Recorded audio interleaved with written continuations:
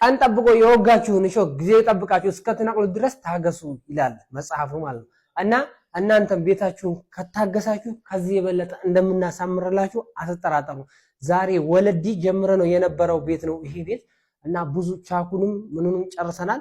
አሁን የምናሳያችሁ ይሆናል ማለት ነው። ቤቱን ከነቻኩ ምኑን የተነጋገረው ቀለሙ ገና ነው። ቀለሙም ተቀብቶ የምናሳያችሁ ይሆናል። ወለዲ አካባቢ ላይ ጀምረ ነው የነበረው ቤት ነው እና እንደምትመለከቱት ሳሎኑ በአልሙኒየም ነው የተሰራው። አልሙኒየም ጽድት ያለች አልሙኒየም ናት እና በሩ ላይም እንደምትመለከቱት የበሩ ዲዛይን ወጥ የተደረገው የመጋረጃው ፍሬሙ እና እንደምትመለከቱት በየቤቱ እየገባን ክላሱን የምናሳያችሁ ይሆናል። ተከታተሉ። እና መኝታ ክላሷ እቺን ትመስላለች። መኝታ ክላሷን ዲዛይኗን ማየት ትችላላችሁ። ወለዲ አካባቢ ያላችሁ ሰዎች ስልካችን ባዮ ላይ ይገኛል፣ ደውሉልን። አሁን ደግሞ ወደ ሴት ክላስ እየገባን ያለ ነው። የሴት ክላሷም እቺን ትመስላለች። ከተመቻችሁ ላይክ ሼር በማድረግ ተባበሩን።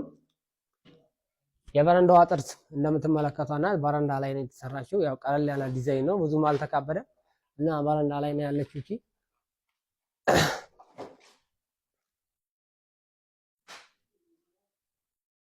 እቺ ደግሞ የምትመለከቷት ብቻዋን የሴት ሳሎን ናት።